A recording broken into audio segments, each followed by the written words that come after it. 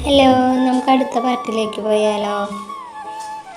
വൈകുന്നേരമായതിനാൽ തണുത്ത കാറ്റ് അവനെ തഴുകിപ്പോയി. തോളിലൊരു കരസ്പർശം അറിഞ്ഞതും അവൻ്റെ ചുണ്ടിലൊരു പുഞ്ചിരി വിരിഞ്ഞു. കണ്ണു തുറക്കാതെ തന്നെ അത് ആരാന്ന് അവനറിയാമായിരുന്നു. നീലം പതിയെ കണ്ണു തുറന്ന് തല ചിരിച്ച് അവളെ നോക്കി. എന്താ നീ ഇവിടെ വന്ന് ഒറ്റയ്ക്കിരിക്കണേ? ഒന്നുമില്ല, ഞാൻ വെറുതെ പാട്ട് കേൾക്ക് ഇരുന്നതാ. അവൻ ചെവിയിൽ നിന്ന് ഹെഡ്സെറ്റ് അഴിച്ചെടുത്ത് അപ്പൂന് തൻ്റെ അരികിലേക്ക് പിടിച്ചിരുത്തി. ഇന്ന് വൈകുന്നേരം നീ ഇവിടെ നിൽക്കുന്നുണ്ടോ? അവളുടെ മനസ്സറിയാനായി അവൻ ചോദിച്ചു. നീ നിൽക്കുന്നുണ്ടെങ്കിൽ നിൽക്കാം, അല്ലെങ്കിൽ എൻ്റെ കൂടെ വരും. വേണമെങ്കിൽ ഇവിടെ നിന്നു വാവയുടെ കൂടെ. വേണ്ട, ഞാൻ നിൻ്റെ കൂടെയാ. അവൻ്റെ കയ്യിലൂടെ ചുറ്റിപ്പിടിച്ച് തോളിലേക്ക് തല വെച്ചവൾ പറഞ്ഞു. വൈകുന്നേരം അപ്പൂൻ്റെ അച്ഛനും അമ്മയും ഹോസ്പിറ്റലിലേക്ക് തിരികെ വന്ന ശേഷമാണ് അപ്പു നീലിന് അവിടെ നിന്ന് ഇറങ്ങിയത്. വീട്ടിലെത്തിയതും അപ്പു വേഗം കുളിച്ച് ബെഡിലേക്ക് വീണു. അവളെ നോക്കി ഒന്ന് ചിരിച്ച് നീലനും പോയി കുളിച്ചു വന്ന് അപ്പുവിൻ്റെ അരികിലായി കിടന്നു. ഒരു കൈ അവളുടെ ഇടുപ്പിലൂടെ ചുറ്റിപ്പിടിച്ച് അവളുടെ പിൻകഴുത്തി മുഖം ചേർത്ത് അവൻ കണ്ണുകൾ അടച്ചു. അപ്പു കണ്ണ് ചിമ്മി തുറന്നപ്പോൾ അവളുടെ അരികിലായി തന്നെ നീലൻ കിടന്നുറങ്ങുന്നുണ്ട്.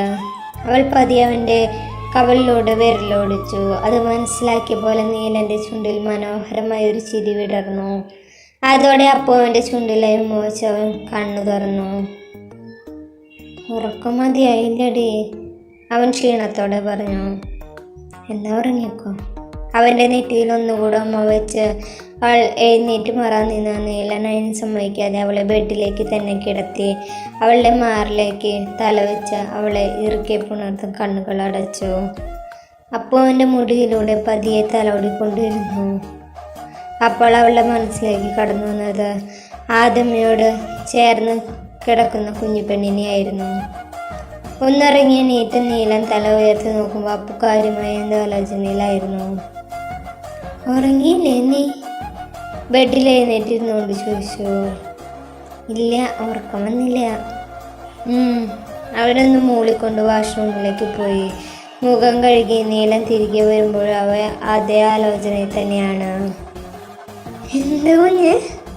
നീലൻ തൻ്റെ കയ്യിലെ വെള്ളം അവളുടെ മുഖത്തേക്ക് കുടഞ്ഞു. നീല, എനിക്ക് നിന്നോടൊരു കാര്യം പറയാനുണ്ട്. ആണോ? അവൻ കളിയാക്കിയത് അപ്പോൾ അവനെ തറപ്പിച്ച് നോക്കി എണീറ്റ് പോകാൻ നിന്നു. അങ്ങനെ പെണ്ണു പോവാതിരേ എൻ്റെ കുഞ്ഞെ. നീലം പറ. നീലം ബെഡിലേക്ക് ഇരുന്ന് അവളെ തൻ്റെ മടിയിലേക്ക് ഇരുത്തി. എന്താ എൻ്റെ കുട്ടിയുടെ പ്രശ്നം? അവളുടെ തോളിൽ താടി ഊന്നിയിരുന്ന് നീലൻ അവളുടെ മറുപടിക്കായി കാത്തു. എനിക്കും വേണം ഒരു വാവ. താൻ മനസ്സിലൂഹിച്ച കാര്യം തന്നെയാണ് അവൾ പറഞ്ഞത്. എന്നാൽ അതേസമയം അരുണിൻ്റെ വാക്കുകളും അവൻ്റെ മനസ്സിലേക്ക് കടന്നു വന്നു. ഞാൻ കണ്ടൂടാ അവളുടെ വേദന, കരച്ചില്. നമുക്ക് കണ്ടു നിൽക്കാൻ കഴിയില്ല. എൻ്റെ കുഞ്ഞിന് വേണ്ടി എത്രത്തോളം വേദന സഹിച്ചു കാണും പാവം. അത് ഓർക്കുമ്പോൾ അവൻ്റെ നെഞ്ചെടുപ്പ് വർദ്ധിച്ചു.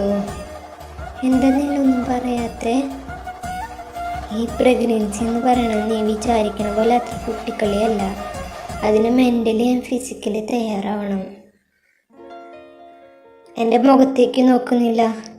എന്നെ കണ്ടിട്ട് തോന്നുന്നുണ്ട് ഞാൻ കുട്ടിക്കളിയായി പറഞ്ഞാണെന്ന്. എനിക്കൊരു കുഞ്ഞ് വേണം. എൻ്റെ കോഴ്സ് കംപ്ലീറ്റ് ആവാറായി. ഇതെല്ലാം ഞാൻ നന്നായി ആലോചിച്ചെടുത്ത തീരുമാനമാണ്. അവന് നേരെ തിരിഞ്ഞിരുന്ന് പറഞ്ഞ ശേഷം അവൾ എഴുന്നേറ്റ് പോയി. കുറച്ചു കഴിഞ്ഞ് അടുക്കളയിൽ നിന്നും ഉയരുന്ന പാത്രങ്ങളുടെ ശബ്ദത്തിൽ നിന്നും ആള് നല്ല കലിപ്പിലാണെന്ന് അവന് മനസ്സിലായിരുന്നു. നീല ഷെൽഫിൽ നിന്ന് ഒരു ബുക്ക് എടുത്ത് ഉമ്മറത്തേക്ക് വന്നിരുന്നു. സമയം 9 മണി കഴിഞ്ഞിട്ട് അപ്പൂനെ ഈ വഴി കാണാത്തതുകൊണ്ട് അവൻ ബുക്ക് അടച്ചു വെച്ച് റൂമിലേക്ക് വന്നു. അവിടെ അവളെ കാണാത്തതിനാൽ അടുക്കളയിലേക്ക് പോയി. അവൻ ശബ്ദമുണ്ടാക്കാതെ പതിയെ അപ്പുവിൻ്റെ അരികിലേക്ക് വന്നു. അവൾ പപ്പടം വറുക്കുകയായിരുന്നു. കുഞ്ഞ്, അവൻ അവളുടെ ഇടുപ്പിലൂടെ ചുറ്റിപ്പിടിച്ചു.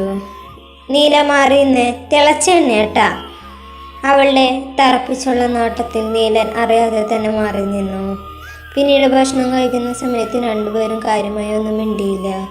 കുറച്ചു കഴിഞ്ഞ് നീലൻ നേരെ റൂമിലേക്കും അപ്പു അടുക്കളയിലേക്കും പോയി. നീലൻ തിരിഞ്ഞു ബെഡിൻ്റെ അപ്പുറത്ത് കിടക്കുന്നവളെ ഒന്ന് നോക്കി. താനെന്ന ഒരാൾ അവിടെ ഉണ്ടെന്ന് പോലും ചിന്ത അവൾക്കില്ല. അതേ, ഇങ്ങനെ പിണഞ്ഞ് തിരിഞ്ഞു കിടന്ന ഈ പറഞ്ഞ ആഗ്രഹം നടക്കില്ല കേട്ടാ, നീലൻ ആരോടില്ലാതെ പറഞ്ഞു.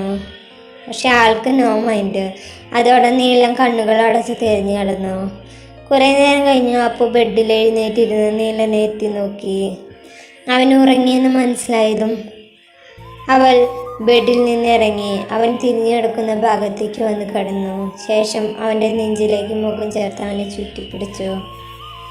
എന്നോട് മിണ്ടാത്തവരെന്തിനാ എന്നെ കെട്ടിപ്പിടിക്കണേ? നീലൻ്റെ ശബ്ദം കേട്ട് അപ്പു ഒന്ന് ഞെട്ടി. വെറുതെ മിണ്ടാതായതല്ലോ, അങ്ങനെ ഓരോന്ന് പറഞ്ഞിട്ടല്ലേ, കുട്ടിക്കളിയാണ് പോലും. അത് പറയുമ്പോൾ അവളുടെ സ്വരത്തിൽ ദേഷ്യം കലർന്നിരുന്നു. ഇതെല്ലാവർക്കും നന്ദി. പുതിയൊരു വീഡിയോ ആയിട്ട് നാളെ കാണാം.